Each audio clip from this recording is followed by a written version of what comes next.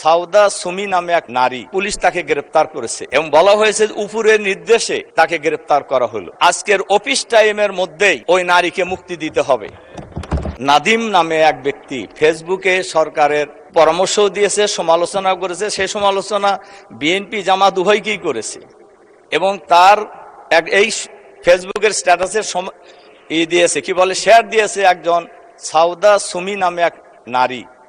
এরপরে পুলিশ তাকে গ্রেপ্তার করেছে এবং বলা হয়েছে উপরের নির্দেশে তাকে গ্রেপ্তার করা হলো এবং মামলাও দেওয়া হয়েছে এবং উপরের নির্দেশে মামলা দিয়ে গ্রেপ্তার করা হলো।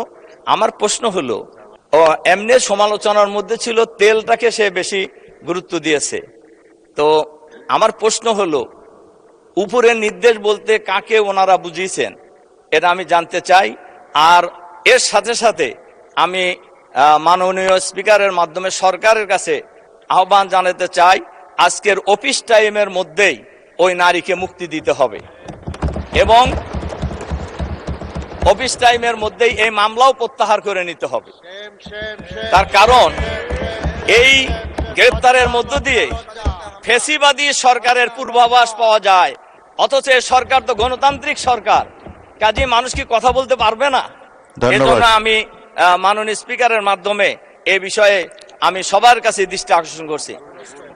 এবং আমি দয়া করে বসেন মাননীয় সদস্য, এটা পয়েন্ট অফ অর্ডার রূপে গৃহীত হলো না, এটা কোনো পয়েন্ট অফ অর্ডার হয়নি, বিধিও আপনি উল্লেখ করেননি। তবুও যেহেতু আপনি বিষয়টি বলেছেন, আমাকে বিরোধী দলীয় নেতা এই বিষয়ে আমার সাথে যোগাযোগ করেছেন, এই সমস্যাটি সমাধান করার জন্য চেষ্টা করেছি। এইভাবে আলটিমেটাম সংসদে বসে বাইরে রাজপথে যেটা দেওয়া যায় সংসদে এটা দেওয়া তো সম্ভব নয় এবং বিধি অনুসারে আপনি প্রয়োজন হলে প্রস্তাব আকারে নিয়ে আসবেন।